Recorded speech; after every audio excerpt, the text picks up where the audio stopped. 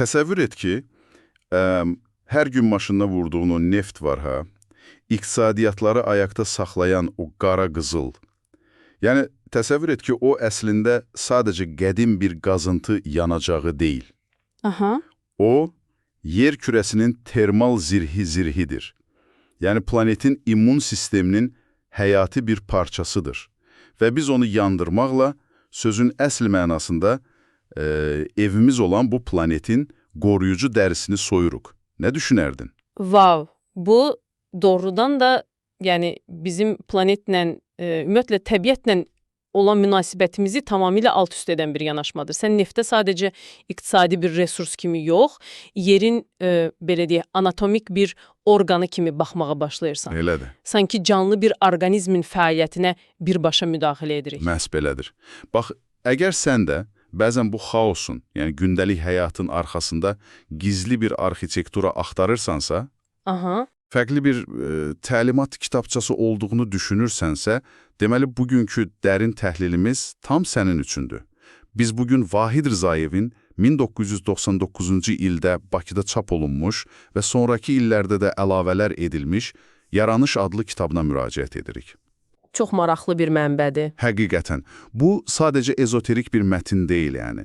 Bu kainatın necə yaranmasından tutmuş, sən daxil olmaqla bütün bəşəriyyətin missiyasını və hətta uzaq gələcəyimizi izah etməyə çalışan nəhəng bir fəlsəfi iddiadır.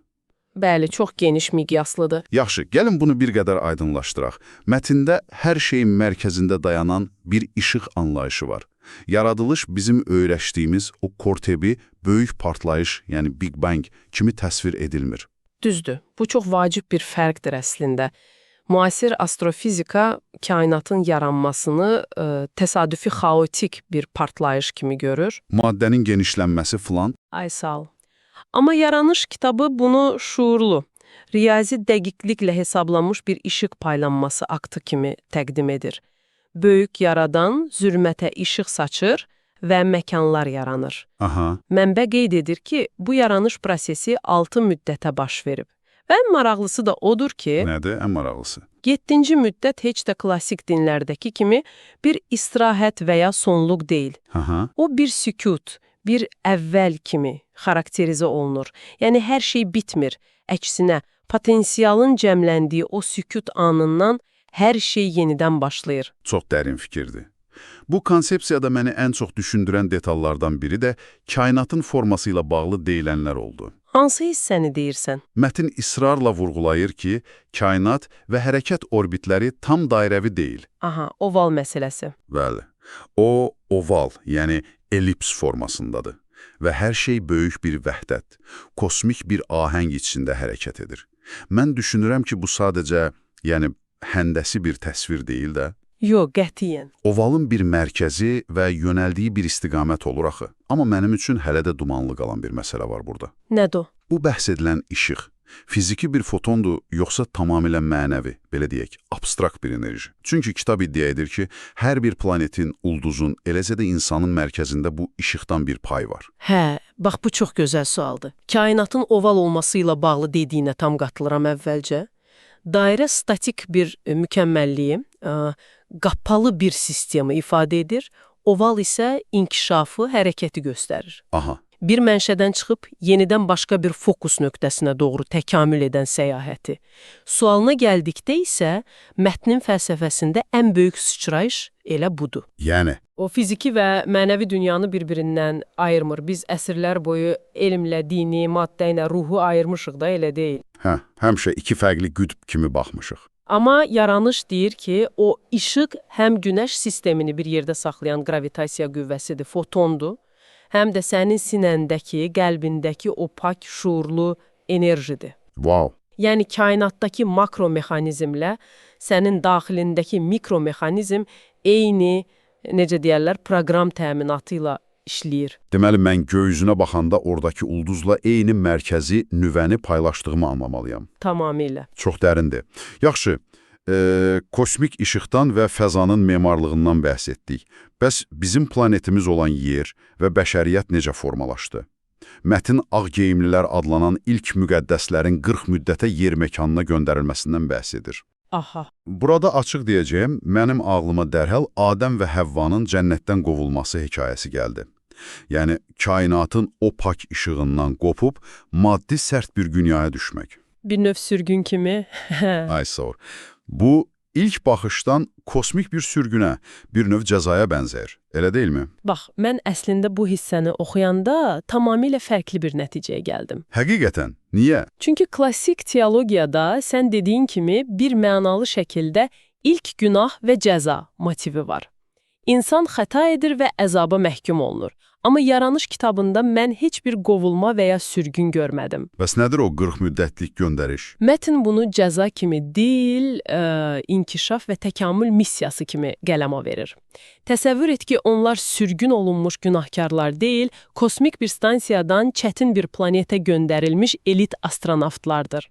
Maraqlı yanaşmadır. Bəli, onlar yerdə maddiləşməli, fiziki reallığı, suyu və torpağı tanımalıydılar ki, ilkinə qayıdış, yəni o əbədiyyətə daha kamil, daha təcrübəli şəkildə qayıda bilsinlər. Çox fərqli baxış bucağıdır həqiqətən. Cəza yox, missiya. Və bu missiyanın təməlində də kişi və qadın yaranışının xüsusi bir məqsədi var.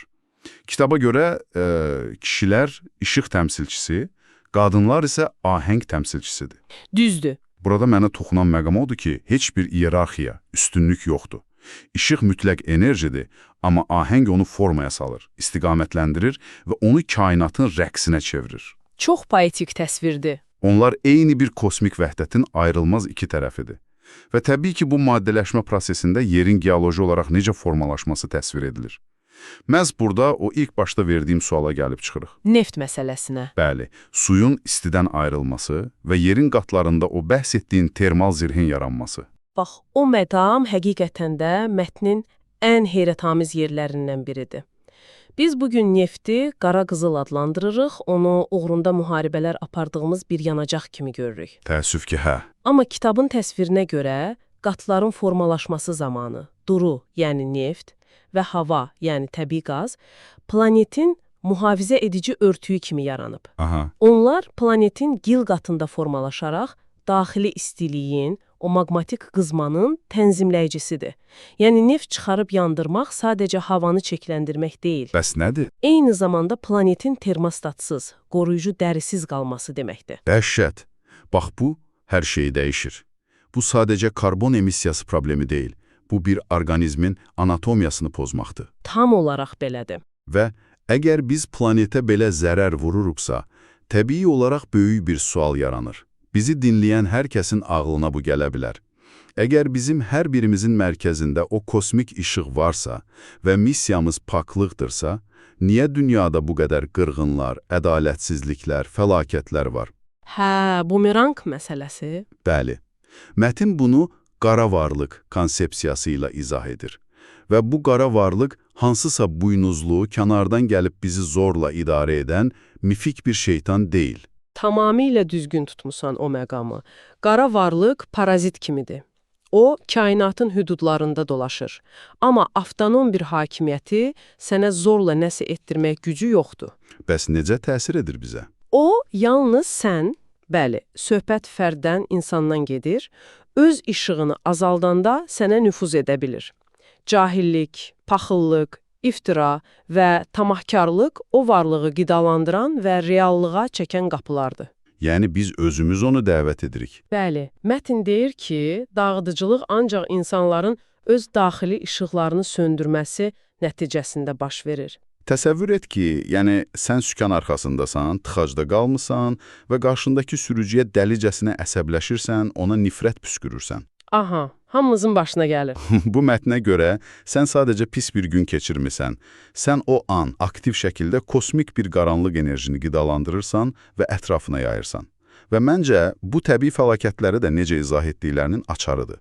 Çünki kitabda böyük yaradan açıq şəkildə mən cəza verən deyiləm deyir. Bəli, bu çox vacib cümlədir. Yəni, zəlzələlər və tufanlar Tanrının qəzəbi deyil. Bu mənə sadə bir bumerang effektindən daha çox sanki yer kürəsinin nəhəng bir sinir sistemi, yaxud qapalı bir terrarium olması fikrini aşlayır. Terrarium analogiyası çox yaxşıdır. Sən o terrariuma zəhər, yəni qaranlıq enerji buraxırsan, Planetin immun sistemi isə buna zəlzələ, daşqın, tufan kimi qızdırma ilə reaksiya verir. Biz faktiki olaraq planetin ottoimmun xəstəliyini tetikləyirik. Çox gözəl izahdır. Bu bəsit bir bumeranq deyil, bu bir bütövlüyün, vəhdətin daxili reaksiyasıdır. O terrariumun içində hər bir düşüncə, hər bir rəftar o sinir sisteminə daxil olur. Aha. Və sənin bugün iqlim bəxranı adlandırdığın şey əslində mənəvi tənəzzülün fiziki, qaçılmaz təzahürüdür. Buna görə də yaranış fərdi məsuliyyəti bəşəriyyətin tam mərkəzinə qoyur. İnsan daim qurban psixologiyasında olmağı sevir. Həmişə başqasını günahlandırırıq. Pisliklər üçün xarici qüvvələri günahlandırmağı sevir. Amma mətn bunu əlimizdən alır. Xüsusilə sənin olmayan sənin deyil prinsipi çox həlledicidir burada. O hissə necə idi? Məkanlara, ərazilərə, başqalarının torpaqlarına hakimliyi iddiası cəhalətin ən böyük göstəricisi kimi qeyd olunur. Bütün kainat işıqdan yaranıb və vəhdət içindədirsə, sən hansısa coğrafi xətlər çəkib, bura mənimdir, mən buranı idarə edəcəm deyəndə, Sən kosmik ahəngə qarşı çıxırsan. tam olaraq, bu egoizm tam olaraq qara varlığın fəaliyyət zonasıdır. Dəhşətdir. Əgər bizim indiki halımız o qara varlığı bu qədər asan qidalandırırsa və biz planetin o qoruyucu zirəyini durmadan sökürüksə, onda bu sikl harada bitir? Hə, gələcək ssenarisi. Mətnin təklif etdiyi bir çıxış yolu varmı? Yoxsa biz bu termal yorğanı məhv edib özümüzü yox etməyə məhkumuq? Bax, elə burada kitab bizi qədim fəlsəfədən birbaşa gələcəyə, yüksək inkişaf etmiş bir kainat mənzərəsinə aparır. O hissə biraz fantastik səslənə bilər. Elədir. Mənbə bəşəriyyətin bir gün dəmirdə dəmirlə, yəni çox güman ki, mürəkkəb kosmik gəmilərlə uzaq işıq məkanlarına, fərqli ulduz sistemlərinə səyahət edəcəyini iddia edir. Və bu gəmilər nə neftlə, nə də nürə yanacağı ilə deyil, ağdaş enerjisi adlandırılan bir güclə, işıqla hərəkət edəcək. Bax, ağdaş burada sadəcə fantastik bir batareya deyil. Biz əvvəldə qeyd etdik axı, işıq həm mənəvi, həm də fiziki varlıqdır. Aha. Ağdaş ehtimal ki, bu pak kosmik işığın maddiləşmiş, konsentrasiya olunmuş formasıdır. İnsanlıq öz daxili işığını inkişaf etdikcə fiziki olaraq da bu enerjini idarə etməyi, texnologiyaya çevirməyi öyrənəcək. Amma məni ən çox sarsıdan, sözün əsl mənasında məni heyrətə salan hissə yad planetlilərlə bağlı olan bölümü oldu. Biz bayaq mənəvi təmizlikdən, zəlzələlərdən danışırdıq, birdən-birə mətn şimali-şərq istiqamətindən gələcək, alınlarında 3 nöqtə olan varlıqlardan bəhs edir. Bəli, o hissə çox qeyri-adidir. Mətndə onların vizualı belə verilir, üst-üstə 2 nöqtə, onların altında isə 1 nöqtə. Və bu varlıqların ən maraqlı xüsusiyyəti odur ki, onlar heç bir səslə, sözlə ünsiyyət qurmurlar. Onlar yalnız telepatik yolla, baxışla, zəka vasitəsilə anlaşırlar. Təsəvvür edirsən? Aha. Biz dini rituallardan sıçrayıb, alınlarında nöqtələr olan telepatik qonaqları müzakirə edirik. Biz mətnin bu iki fərqli tonunu necə birləşdirməliyik? İlk baxışdan bu sənə elmi fantastika kimi gələ bilər təbii ki, amma fəlsəfənin dərinliyinə baxanda bu mükəmməl bir məntiqə əsaslanır. Niyə məhz telepatik ünsiyyət, niyə səs yoxdur? Niyə? Çünki yaranış məntiqinə görə səs, dil və söz manipulyasiyaya açıqdır. Sözlər yalan danışa bilər. Sözlər qaranlığı, iftiranı və nifrəti daşıya bilər. Wow! Telepatiya isə şuurun şuurla, işığın işıqla birbaşa, vasitəsiz təmasıdır. Orada gizlədiləcək, saxtalaşdırılacaq heç nə yoxdur. Bu, paklığın ən yüksək formasıdır. Həqiqətən məntiqlidir. O ki qaldı o 3 nöqtəyə, bu təsadüfi bir döymə deyil təbii ki. O işığın, vəhdətin və bəlkə də kosmik iyerarxiyanın vizual simvoludur. Dilin qaranlığı daşıya bilməsi, bu həqiqətən də çox dərin fikirdir. Yalnız sözlə mümkündür, zəkanın birbaşa taması isə yalanı mümkünsüz edir. Tam olaraq. Və bu gələcəyi mənzərəsində mətin bir daha vurğulayır ki, Zərdüşt, İsa, Mühəmməd və Budda kimi tanıdığımız bütün elçilər əslində eyni mənbədən, eyni işıqdan gəlmiş bələdçilərdir. Gələcəkdə isə dünyanı xilas edəcək olanlar işıqlı elmilər adlanır. Bəli, bu birləşmə çox vacibdir. Yəni xilaskar sadəcə dua edən biri yox, kainatın fizikasını və mənəviyyatını eyni anda dərk edən alim müdriklər olacaq.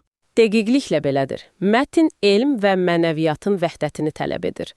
Əgər sən elmə arxa çevirirsənsə, sən daxilindəki işığa da arxa çevirirsən. Aydındır. Mətnə görə, elmsizlik və cəhalət insanı təkamül zəncirində geri atır. Onu təkrar yaranışa, hətta heyvani bir səviyyə qədər sürükləyir. Təkamül sən elmi və mənəvi qanunları birləşdirdikdə baş verir. Kainatın mərkəzindən, yanan neft qatlarından, kosmik gəmilərdən və telepatik yad planetlilərdən danışdıq. Bütün bunlar çox əzəmətlidir. Bəs bizi dinləyən şəxs, məhz sən, bu an öz həyatında nə etməlisən? Bütün bu makrokosmik ahəngi öz balaca otağına, gündəlik həyatına necə gətirə bilərsən? Məsələnin ən praktiki tərəfi. Bəli, yaranış mətninin ən praktik tərəfi elə budur. O sənə çox konkret gündəlik bir tətbiq, paklanma rituallarını təklif edir. Bəli, çünki fəlsəfə tətbiq edilmədikdə sadəcə boş bir nəzəriyyəyə çevrilir. Paklanma ritualları sənin kosmik ahənglə fiziki əlaqə qurma üsulundur. Bu, klassik mənada bir dəstəmaz və ya, gigiyena qaydası deyil. Bəs nədir? Şuurlu bir təmizlənmə aktıdır. Prosedurun özü də çox dəqiqdir. Kitab deyir ki, sən isti yox, otaq temperaturunda bədəni yandırmayan sudan istifadə etməlisən və bu gündə 3 dəfə icra olunur. Səhər, günorta və günəş qürub edəndə. Üz, qollar, sinə və kürək, sonda isə ayaqlar yuyulur. Və sən bu hərəkətləri edərkən xüsusi bir mantra, kod kimi bu sözləri təkrarlayırsan. Paklıqla, əqli paklıqla, ruhi paklıqla, paklıqla. Sən xüsusilə baş barmaqlarını sinənə çəkərək içindəki işığa toxunursan, sonra kürəyinə çəkərək qaranlıqları özündən uzaqlaşdırırsan. Düzdür. Ən sonda isə sağ və sol çiyindəki mələkləri salamlayaraq ki, bu xeyirxahlıq və səhvlərin simvoludur, tam bir əqli və ruhi paklanma yaşayırsan. Bunu oxuyanda mənim ağlıma gələn ilk düşüncə o oldu ki, bu sadəcə üzünü yumaq deyil. Biz kompüterimiz donanda ya da telefonumuz yüklənəndə onu restart edirik, zavod parametrlərinə qaytarırıq. Çox dəqiq bənzətmədir. Bu paklanma ritualları da hər gün 3 dəfə sənin zehninə və ruhuna verilən kosmik restartdır. Sən gün ərzində yığdığın o aqressiyanı, o tıxacda hiss etdiyin qəzəbi sıfırlayırsan ki, qaranlıq enerji böyüməsin. Kosmik restart çox yerində deyilmiş bir bənzətmədir həqiqətən. Su burada yalnız bioloji bir həlledici deyil axı. Bu mətndə su üzərində informasiya daşıyan və təmizləyən kosmik bir vasitəçidir. Sən sağ çiynindəki mələyi, yəni xeyri və sol çiynindəki mələyi, yəni səhvləri salamlayanda, sən öz insanlığını, qüsurlarını qəbul edirsən. Özündən barışırsan bir növ. Ay sağ ol. Amma bu su və bu mantra vasitəsilə o negativin sənə hakim olmasına icazə vermirsən, onu yuyub atırsan. Bu səbəbdən bu prosedur birbaşa olaraq planetin o dediyimiz nəhəng sinir sistemi ilə bağlıdır. Necə yəni birbaşa bağlıdır? Sən tək başına vanna otağında öz daxili işığını təmizləyəndə, əslində sən bu böyük terrariaruma sülh siqnalı göndərirsən. Bütün kainatın o vəhdətin ahənginə müsbət bir töhfə vermiş olursan. Deməli, mənim daxilimdəki hər sükunət anı planetin xilasına zərrə qədər də olsa kömək edir. Və mənim hər bir dağıdıcı qəzəbim o qara varlığı biraz da gücləndirib, bəlkə də haradasa bir daşqına və ya zəlzələyə səbəb olan enerjiyə çevrilir. İnsanın çiyinlərinə qoyulan nəhəng bir məsuliyyətdir. Həm məsuliyyətdir, həm də insanı kainatın həmkarına çevirən böyük bir gücdür. Biz bu dərin təhlilimizdə işıqdan yaranıb, qaranlıqlarla mübarizə apararaq yenidən işığa, o telepatik və yüksək elmli gələcəyə doğru səyahət edən bəşəriyyətin hekayəsini danışdıq. Yaranış bizə öyrətdi ki, kainat təsadüflərlə dolu, səs-küylü və məqsədsiz bir qutu deyil. Hər bir hərəkət, hər bir zərrə böyük bir ahəngin parçasıdır. Və sən də, bəli, bizi dinləyən sən də o işıq mənbəyinin ən kamil yaranışlarından biri bu planetdəki kosmik missiyanın daşıyıcısısan. Təhlilimizin ən önəmli dərsi də məhz budur əslində. Biliyi sadəcə dinləmək yetərli deyil, onu tətbiq etmək lazımdır. Planetin qoruyucu zirehini, onun neftini və qazını istismar etməməkdən çəkinmək nə qədər vacibdirsə, öz daxilimizdəki aqressiyanı təmizləmək də bir o qədər kosmik əhəmiyyət daşıyır. Tamamilə elədi.